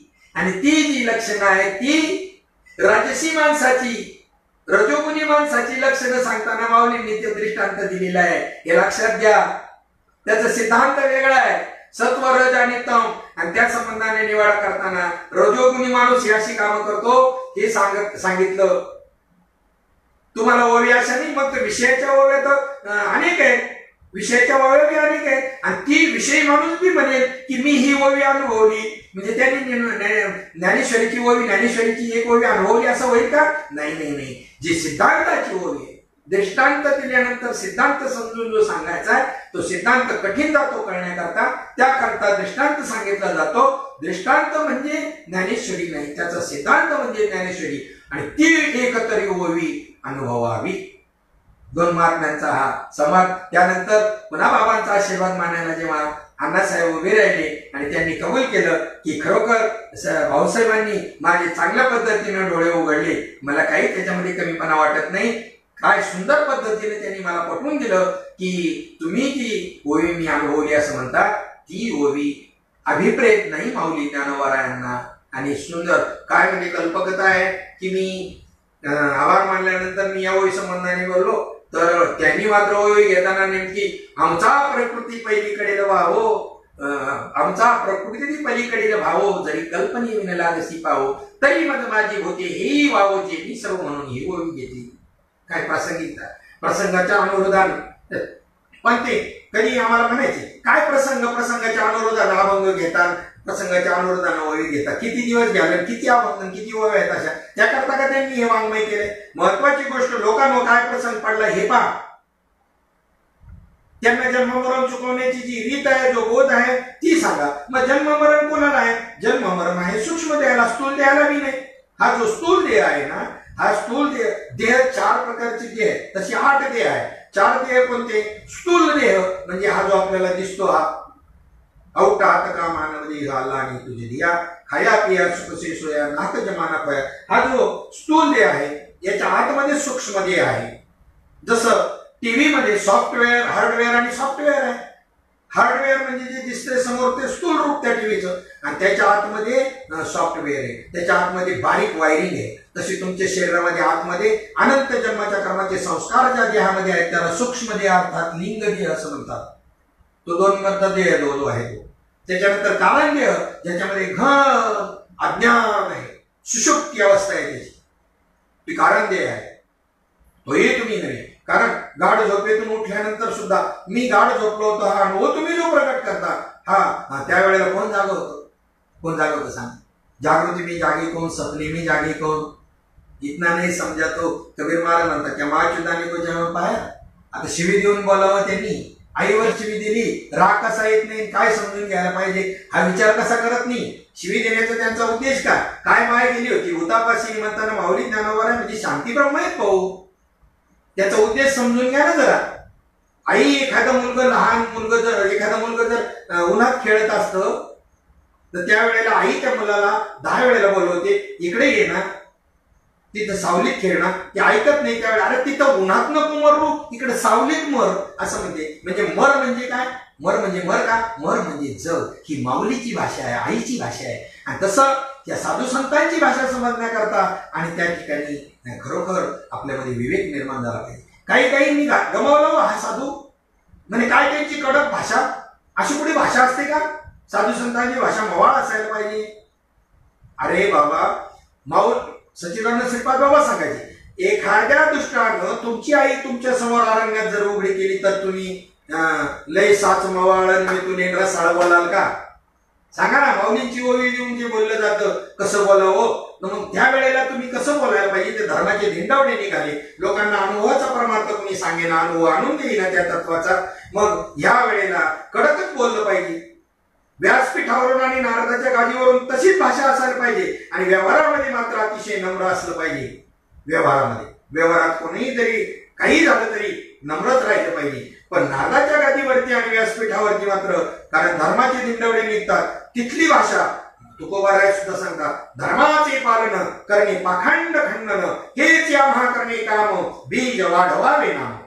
तिथं मुळमुळीत चालणार नाही, अजिबात चालणार नाही. आणि कोण मुळमुळीत कोण बोलतो? जो कांडा असेल कोणाखाली, काही घेणं लागत असेल कोणाचं, तो मुळमुळीत बोलणार आहे. याच्याकरता दृष्टांत सांगायचे श्रीपाद बाबा.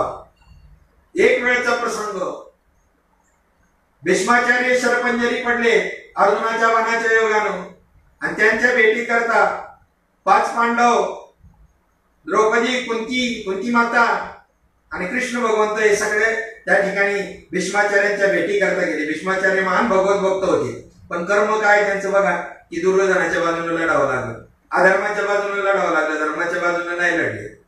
आणि ते शरपंजरी पडल्यानंतर युधिष्ठिरांना राजधर्म समजावून सांगायला लागले, धर्माच्या 4 गोष्टी समजावायला लागले. त्यावेळेला द्रौपदी मात्र त्या ठिकाणी हसली. त्यावेळेला निष्कारण मोठी माणसं निष्कारण हसत नाही. म्हणून भीष्माचार्य म्हणतात, पितामह म्हणतात, बाई का हसली? म्हणजे हसू नको तर काय करू?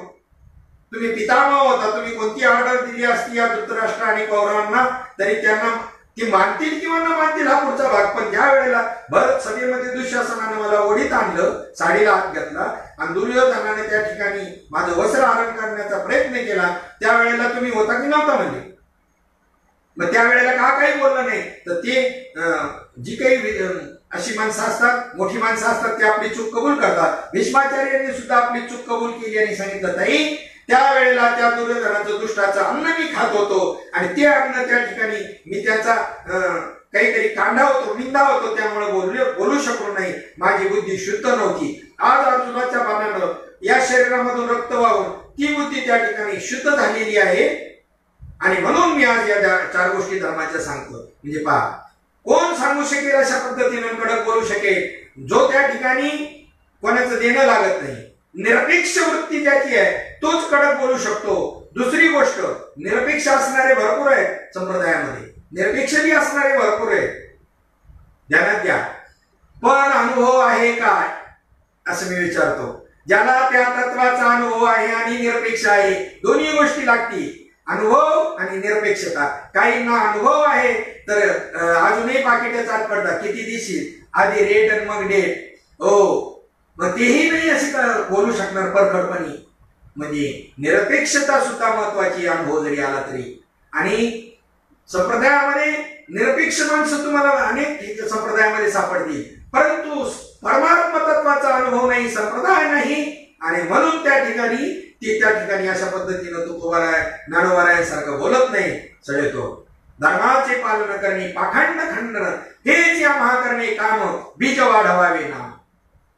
एका ठिकाणी मी अभंग घेतला, असं सडेतोड बोलत असताना कीर्तन झाल्यावरती एक महाराज मला म्हणे, महाराज तुकोबाराय हे अवतार होते, त्यांना ती भाषा शोभते, आपला अधिकार नाही, तुम्ही लहान तोंडी मोठा घास, तुमचा अजून वय नाही, तरुण होतो मी, आणि तुमचा अजून वय नाही, तुम्ही असं बोलता. म्हणलं महाराज माफ करा, लहान तोंडी मोठा घास जरी घेतला असेल तरी अभिमान माझा कशाबद्दलचा आहे? माझ्या देहाबद्दलचा नाही, माझ्या प्रॉपर्टी बद्दलचा नाही, माझ्या नातेवाईकांच्या संबंधाने, माझ्या विद्येचा अभिमान नाही, कोणताच नाही. अभिमान तुकोबारायांच्या संप्रदायाचा आहे, म्हणून मी तेवढं सडेतोडपणे बोलतोय, आणि तेच काम आम्हाला करायचंय म्हणून आम्ही सडेतोडपणे बोलतोय. आम्ही काय चपात्या जोड्या आलो का?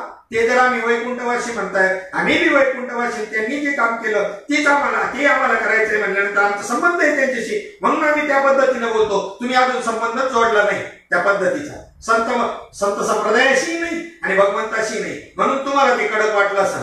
त्यांनी मान्य केलं, हा महाराज पटलं बरं का, मला माफ करा. अरे म्हणलं तुमचं काही चुकलं नाही, आमच्या सद्गुरूला त्या ठिकाणी काही शिव्या दिल्या, विद्यापीठाकडं वगैरे, इकडं राहुरी विद्यापीठाकडं ज्या वेळेला राज्यस्तरीय वैष्णव मेळावा व्हायचा, तर आमचे सद्गुरूंना कधीही राग आला नाही. व्यवहारामध्ये ती म्हणायचे, जरी माझ्या आईला तुम्ही घोडे लावले तर माझी आई मरून एवढी वर्ष झाली, ती केव्हा गाठ पडायची तुम्ही लावलेल्या घोड्यांची त्यांची, असे विनोदावर न्यायची व्यवहारात नाही का. पण व्यासपीठावर आणि नारदाच्या गाडीवर वाटत दंड ठोकून सांगायचे, भाऊ इथून पुढे असा हात जोडून जे हरे करायचे, रामकृष्ण हरे म्हणायचे, दुनिया राहिलेली नाही, दंड ठोकून जे हरे करायची दुनिया आहे ती पुढे. तेव्हा धर्माचे पालन करणे, पाखंड खंडन हेच या महाकरणे काम, बीज वाढवावे नाम. हे जर त्यांना करायचंय आणि त्या पद्धतीने आम्हाला जर करायचंय, तर आम्हाला सुद्धा हे तत्व नीट लक्षामध्ये घेतलं पाहिजे आणि सडेतोडपणे मांडलं पाहिजे. वास्तविक पाहता या ठिकाणी ती पहिले तेच नेहमी सांगायचे, कीर्तनाचा परिहार देताना नेहमी सांगायचे, भाऊ भाषा कडक आहे, त्याला माझा नाईलाज आहे. तुकोबारायांना बी म्हणलेच असतील ना, तुमची लय भाषा कडक आहे, म्हणून तुकोबारायांनी एक प्रमाण केले, कन्या भाकरीचे खाणे आणि आमचे उद्धट बोलले. तुकोबारायांना सोडलं नाही आणि त्यांचीच वंशावळ आहे. त्यांनी हा महात्मा नाही समजून घेतला हो, म्हणले कडक भाषा म्हणून नाही नीट ऐकलं, काय सांगतायत पुढचं, कशामुळे कडक बोलतायत. या दोहींच्या अंतर देखाव्या चतुर ज्ञानियांचे द्वारा आराधित आणि आत्मा याच्यातलं अंतर जे माऊली ज्ञानोबारायांनी सांगितलं, 13वा अध्याय स्पेशल केला भगवंतानी. माऊली ज्ञानोबारायांनी सर्व संत वाङ्मय या दोन्हींच्या भोवती फिरतय आणि हे समजून सांगण्याकरता आणि याच्यावर आवडून ज्यांनी कोणी आणलं असेल त्यांच्याकरता त्यांची भाषा ती कडक होती. उजळावया आलो वाटा खरा खोटा निवाडा ही त्यांच्याकरता भाषा होती, सर्व जणांकरता नाही. आणि ही ज्यांनी समजून घेतली ती त्या मार्गाचे आणि अनुसरले त्यांनी त्यांच्याकडून बोध घेतला आणि माऊली ज्ञानोबा तुकोबाराजी संतांना जे अभिप्रेत होतं ती गोष्ट त्या ठिकाणी अंगीकारली. परंतु ज्यांनी फक्त श्रीपाद बाबांची फक्त भाषाच पाहिली आणि त्यामुळे ते वंचित राहिले. आणि आज हा संप्रदाय सर्वत्र विद्यमान ज्या वेळेला प्रचार प्रसार महाराष्ट्र आणि महाराष्ट्राच्या बाहेर सर्वत्र झाल्यानंतर आणि मग डोळे उघडले म्हणे या बाबाला तर आम्ही याची कीर्तन ऐकलं, आता काय ऐकून करतात आणि मग तुम्हाला आम्हाला शरण येतात. हा आता आम्ही बी अंगीकार करतो, कारण जो विचारायला आला त्याला ती गोष्ट सांगणे आम्हाला सद्गुरूंनी सांगितलेलं आहे. नका पाहू गुणदोष, त्याचे गुणदोष काही पाहू नका, मुमुक्ष बनून आलाय समजून द्या असं त्यांनी सांगितलेलं होतं. आम्ही त्यांना समजून देतो. परंतु एक कोणत्या गोष्टीसारखं झालं, नवनाथ ग्रंथामध्ये एक गोष्ट आहे. नवनाथ ग्रंथामध्ये राजा गोपीचंदाचा एक अध्याय आहे आणि ज्या वेळेला त्यांची आई राजाची आई त्या ठिकाणी मैनावती हिनं मात्र त्या ठिकाणी जालिंदरनाथांची लक्षणं तंतोतंत पाहिल्यानंतर इथे काहीतरी परमार्थ आहे हे समजून त्यांना शरण जाण्याकरता त्यांच्या ते एकांतामध्ये कुठे राहतात, मग त्यांची सेवा करायची, पाय धरायचे म्हणून त्यांच्यावर मागे निघाले. तर ह्या ठिकाणी हे जालिंदरनाथ म्हणजे त्या ठिकाणी अग्नीचे पुत्र आणि अग्नी हा वायुपुत्र, वायूपासून अग्नी तयार होतो ना, म्हणून या वायूंना त्या ठिकाणी आपल्या नातवाची अतिशय काळजी. जालिंदरनाथ हे असे दयाळू होते, प्राणी मात्रांबद्दल प्रेम त्यांच्या ठिकाणी, जनावरांना आपल्या गवताचा चारा आणायचा, त्याचं ओझं आपल्या डोक्यावर घ्यायचं, जिथं जनावर असेल त्यांच्या पुढे सोडायचा, असा त्यांचा उपक्रम असायचा. अशी परोपकार बुद्धी त्यांची होती. आणि त्या ठिकाणी वायू त्यांचा आजोबा त्याला ते सहन होत नसं म्हणून त्या ठिकाणी वरच्यावर भागाला ते झेलून धरायचे आणि हा चमत्कार वाटायचा लोकांना म्हणून त्याच्या मागे जायचे. कारण चमत्कारालाच नमस्कार असतो, ब्रह्मज्ञानाचं कोणाला काही पडलेलं नसतं. दृष्टांत सांगतो, 5 मिनिट आपले जास्त घेणार आहे, मध्ये थोडासा डिस्टर्ब तयार झाला, मध्ये माफी मागतो मी आणि 5च मिनिटामध्ये मी त्या ठिकाणी सेवा संपवणार आहे. तर दृष्टांत मला असं सांगायचं आहे की एक वेळेला मच्छिंद्रनाथ आणि गोरक्षनाथ हे गावोगाव फिरत असताना ब्रह्मज्ञानाचा प्रचार प्रसार करत असताना एका गावामध्ये ज्या वेळेला गेले त्यावेळेला आणि ही ओम भिक्षांनी म्हणत असताना, अलक निरंजन म्हणून भिक्षा मागत असताना, माधुकरी मागत असताना, जो मुझे कटोरा भर के आटा देगा उसको हम ब्रह्म बताएगा, ब्रह्म दिखाएगा असं म्हणले. लोक म्हणले येड लागले, कटोरावर आट्यामध्ये कुठं ब्रह्म मिळालं, ब्रह्म एवढं सोपं आहे का? कुणी जवळ गेलं नाही, विचारलं नाही, म्हणजे काही गिरायकच नाही म्हणले आपल्या मालाला. गोरक्षनाथ म्हणजे ही गिरायक कधी आहेत ना, ही गिरायक वेगळ्या मालाची गिरायक, त्यांना ब्रह्मज्ञान नकोय, यांना चमत्काराशिवाय नमस्कार नाही, म्हणून तुम्ही पाहा तमाजा माझी, मी पाहतो यांच्याकडे. आणि मग त्यांनी काय केलं, एक पतंगाचा धागा घेतला पहिल्यांदा आणि तो असा आकाशमार्गाने फेकला, खूप उंचावरती तो गेला आणि असा स्थिर केला वाताकर्षण विद्या येत होती त्यांना. आणि इकडे वज्रासन घातलं आणि पुन्हा त्या ठिकाणी कुंभक साधला आणि त्या ठिकाणी त्या शरीर असं वायूसारखं हलकं झालं आणि त्या ठिकाणी त्या धाग्यावर जाऊन बसले. मग लोक यांची अशी लोक एवढी गर्दी, प्रत्येक जण मोठे महाराज म्हणून. हा आणि मच्छिंद्रनाथ हसतायत, म्हणजे दुनिया आहे अशी, बावळी अशी. हो, बावळी नाही तर काय, यांना चमत्कार पाहिजे नुसते. चमत्काराला 13व्या अध्यायामध्ये अज्ञानाच्या लक्षणामध्ये जमा केलेले आहे. मग तुम्ही म्हणाल माऊलींनी कसे चमत्कार केले, तुकोबारायांच्या जीवनात झाले, ते देवाने केले किंवा विसोबा खेचणार करता जरी माऊलींनी चमत्कार केला तर त्यांनी या विद्येकरता या दोन्हींचा अंतर समजून घेण्याकरता शरण यावं आणि म्हणून त्या ठिकाणी करावं लागलं. चांगदेवा करता चमत्कार केला तर तत्वज्ञान समजून घ्यावं म्हणून. आता तो पेढे भरपे काढणारे नाही, बाबा म्हणायचे श्रीपाद बाबा यांना दुष्काळाच्या भागात पाठवा, म्हणजे लोक त्याला भाकरी मिळते नाही तर पेढे भरपीच खातील. आणि तो होता ना ते असं केसा एवढा असं टोपल्या एवढा डाल असणारा केस असणारा, तो काय त्याचं नाव, तो साई, सत्यसाई. हातातून काय धूप काढायचा आणि काय पेढे बर्फी काढायचा. नंतर ते उघड झालं ना, अंधश्रद्धा निर्मूलनाच्या माध्यमातून एक व्यक्ती त्यांची फार अनुग्रह घेतली समजून घेण्याकरता आणि मग कॅमेऱ्यामधून ते शूट आउट सगळं केलं आणि त्यांचं गौड बंगाल सगळं उघड केलं ते. आता आजही अनेक क्लिप तुम्हाला युट्यूब वरती पाहायला भेटतील त्यांच्या. ही अशी जनता एडी आहे.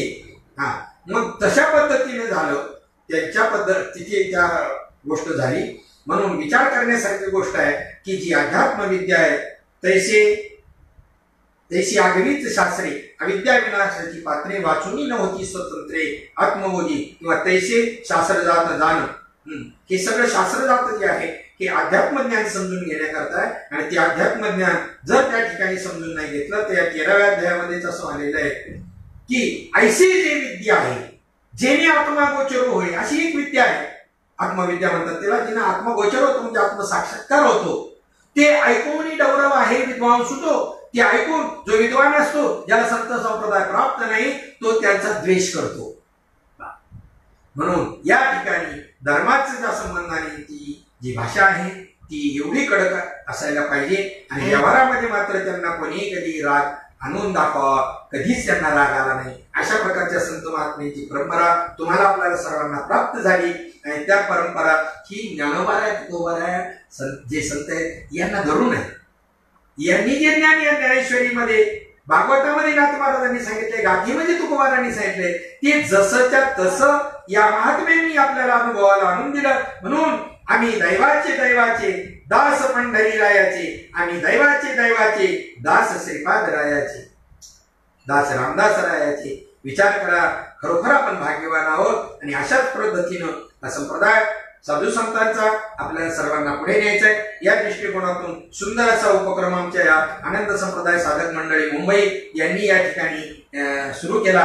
अनेक महात्म्यांची आतापर्यंत या ठिकाणी सेवा या लाईव्ह पद्धतीनं, फेसबुक लाईव्ह पद्धतीनं झालेली आहे. आणि माझं पामराला सुद्धा अशी सेवा करण्याची संधी एक 8 दिवसापूर्वी हरिभक्तपरायण अरविंद महाराज भोईर यांनी मला फोन केला, बाबा 18 तारखेला आपल्याला अशी सेवा करायची. त्या माध्यमातून आज प्रसंग आला.